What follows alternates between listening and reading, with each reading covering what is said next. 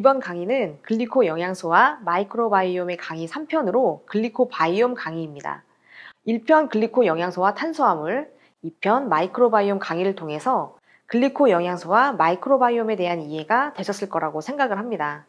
이번 강의는 글리코 영양소와 마이크로바이옴의 시너지에 대한 강의, 글리코 바이옴입니다. 우리가 알고 있는 당은 태양, 빛 에너지로부터 생성이 됩니다. 햇빛, 이산화탄소, 물이 있으면 식물은 광합성을 통해서 인간에게 에너지, 영양을 공급하는 당을 만들어내게 됩니다. 우리는 태양, 빛 에너지로부터 만들어진 그 에너지를 섭취하게 되는 건데요. 이렇게 생성된 당은 인간에게 에너지를 공급을 해줍니다. 그런데 인간에게 에너지를 공급해주는 당의 새로운 기능이 밝혀지게 되었습니다. 바로 세포막에서 인간의 생명 유지에 중요하고 다양한 기능을 한다는 건데요. 당들은 세포막에서 단백질과 결합한 당단백질, 세포막의 지질과 결합한 당지질과 같은 형태로 나타나게 되는데, 세포막에서 단당류들은 길게 연결된 당사슬 형태로 결합이 되어 있습니다. 특히 세포막에서 단백질과 결합한 당단백질은 세포 기능에 매우 중요한 역할을 하는 것으로 밝혀지고 있습니다. 그럼 사람의 세포막의 당사슬은 어떤 모습인지 영상으로 확인해 보겠습니다.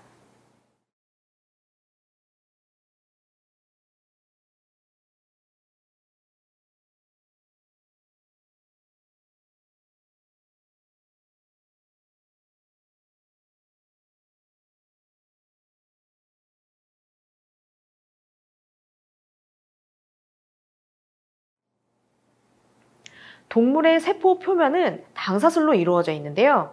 세포 표면의 당사슬은 인체를 보호하기 위해서 인체에 침입한 세균, 감염, 면역 반응에서 면역세포에게 정보를 전달해주고 침입한 병원균, 세균, 바이러스를 사람의 눈처럼 인식하고 구분하는 역할을 합니다.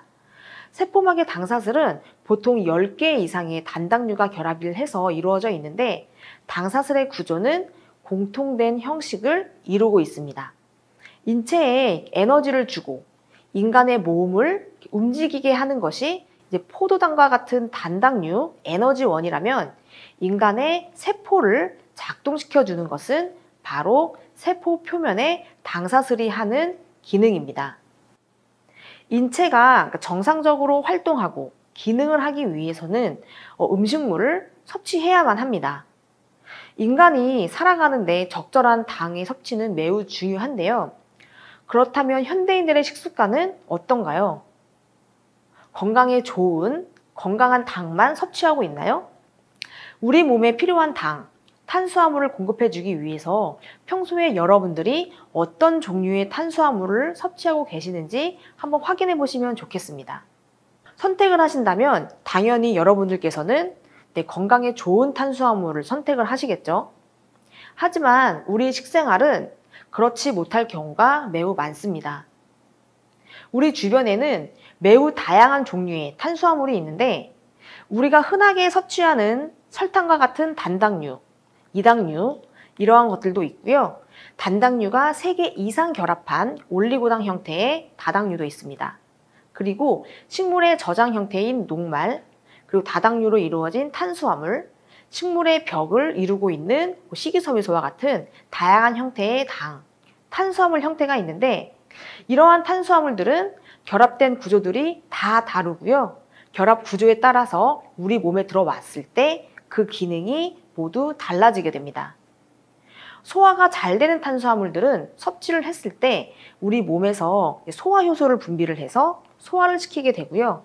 그리고 나서 우리 몸에서는 에너지원으로 사용을 하게 되는데, 그렇지만 소화가 되지 않는 탄수화물 종류는 우리 인간이 섭취를 했을 때 우리 인간에게는 소화효소가 없기 때문에 소화가 되지 않고 소장을 지나서 대장에서 장내 미생물에 의해 분해되고 발효가 되어 그 대사산물인 단쇄지방산을 생성하게 되는데, 이 대사산물은 면역, 항암, 항염증 효과 등을 나타나게 됩니다. 앞에서 당사슬은 세포 표면에서 매우 중요한 기능을 한다고 설명을 드렸는데요. 당사슬은 이제 공통적인 구조가 밝혀져 있고 당사슬을 구성하는 당을 8가지 필수당이라고 하고 이 8가지 필수당은 장표에서 보시는 8가지의 단당류로 이루어져 있습니다. 현대인들의 요즘 식습관을 보면 소화가 빨리 되는 탄수화물을 과도하게 섭취하고 있습니다. 현대인의 경우에 앞에 설명드린 8가지 필수당이 매우 부족한 실정인데요. 그 이유는 과거 원시인들은 수렵, 채집활동을 통해서 씨앗이나 나무 껍질, 식물 뿌리 등의 8가지 필수당이 함유된 소화가 잘 되지 않는 탄수화물을 주로 섭취했습니다. 그러나 현대인들은 패스트푸드, 정제된 탄수화물 식품을 주로 섭취하게 되면서 식품에서는 글루코즈, 갈락토즈 외에는 섭취하기가 어려운 식습관이 되었습니다. 과거 유인원의 유전자를 그대로 가지고 있는 현대인들에게는 지금의 식습관은 많은 문제가 되고 있습니다. 그리고 과거에는 채소, 과일을 풍부하게 섭취했고 자연에서 익은 채소, 과일을 그대로 많이 섭취를 했었지만 현대에 들어서는 채소, 과일의 섭취량이 감소하고 있는 것뿐만이 아니라 자연스럽게 익은 과일, 채소가 아닌 인공으로 재배가 되면서 과일, 채소의 영양 성분 또한 많이 부족해지게 되었습니다. 따라서 필수당, 글리코 영양소의 섭취는 전체적으로 힘들어지고 부족해지고 있습니다. 글리코 영양소는 자연에서 얻을 수 있는 식품에 함유되어 있습니다. 이러한 식품에는 필수당이 풍부하게 함유가 되어 있는데요.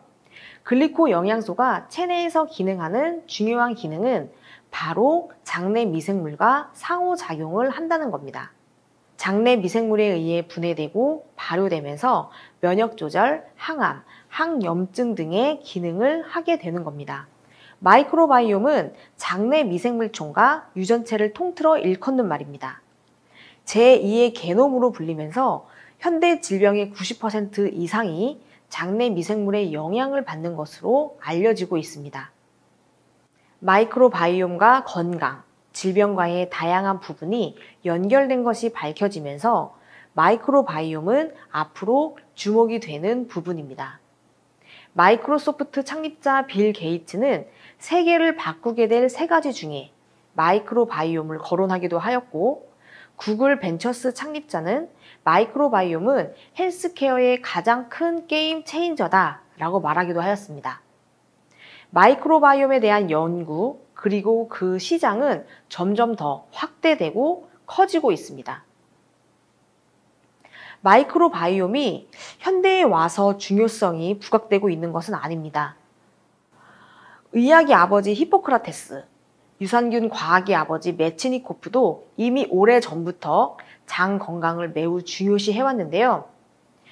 유전자 분석 기술의 발달로 인간 유전체가 분석이 되면서 질병이 정복될 것이다 라고 하였지만 인간의 질병은 정복되지 못하였고 그 이유를 바로 인간과 상호작용을 하는 마이크로바이옴, 장내 미생물의 영향이 큰 것으로 보고 있습니다. 왜 마이크로바이옴, 장내 미생물이 중요한 것일까요? 장에는 인간 체세포 수의 약 10배에 해당하는 미생물이 살고 있습니다. 장내 미생물은 다양한 기능을 하는 것으로 밝혀지고 있는데 비타민 합성, 병원균 감염 예방, 그리고 면역 조절, 중추신경계 조절 등 인체 기능과 매우 밀접하게 연관이 되어 있어서 건강에 영향을 끼치는 것으로 알려져 있습니다. 글리코바이옴이라는 단어는 다당류가 풍부한 환경과 관련된 장내 미생물을 일컫는 말인데요. 글리코 영양소는 식물 유래 당류로서 장내의 마이크로바이옴과의 매우 밀접한 관련성이 있는 영양소입니다. 글리코 영양소는 식물 유래 당류로 섭취를 했을 때 장내 미생물에 의해서 분해되고 발효가 되면서 영양소가 흡수되고 발효가 되는 과정에 대사산물을 생성하게 됩니다. 생성된 대사산물들은 항암, 항염증, 면역 조절의 효과를 나타내게 됩니다. 인체의 소화 과정을 보면 식품을 섭취했을 때 입과 위의 소화효소, 그리고 소장의 소화효소에 의해서 분해가 된 다음에 소장에서 흡수가 되는데요. 소장에서 흡수가 되지 못한 영양소들은 대장에서 장내 미생물에 의해서 발효가 되고 분해되는 기능을 합니다. 즉, 글리코 영양소는 소장을 지나 대장에서 장내 미생물에 의해 분해되고 발효가 되면서 항암, 항염증 등의 기능을 나타내게 되는데요.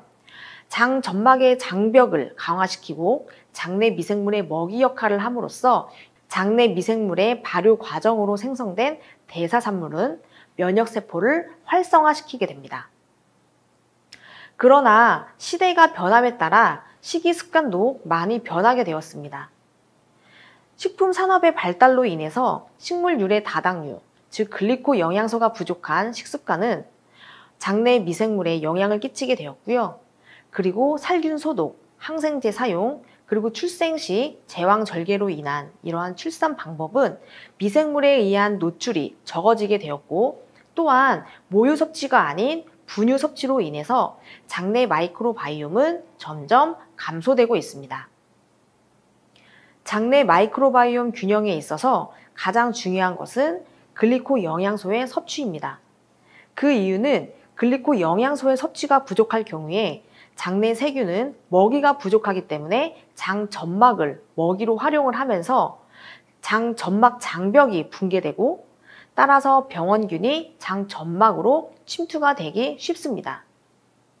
즉, 장 건강, 마이크로바이옴의 균형을 위해서는 우선적으로 글리코 영양소의 섭취가 가장 중요하다고 할 수 있겠습니다. 건강한 장내 환경을 유지하기 위한 과정에 있어서 잘못된 식습관, 병원군 감염 등으로 인해서 장내 균형이 깨질 수 있습니다.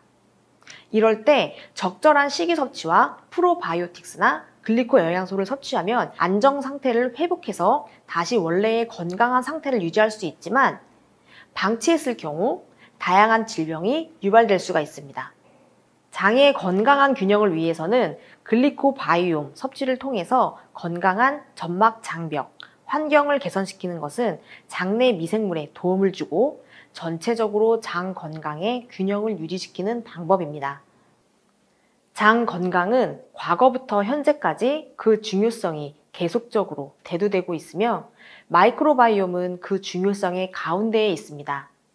메나테크의 제품 바이탈 프로밸런스, 시스테믹 프로밸런스, GI 프로밸런스, 그리고 글리코 영양소로 하나가 된 글리코바이옴은 건강한 마이크로바이옴에 최적화되어 중요한 열쇠가 될 것입니다.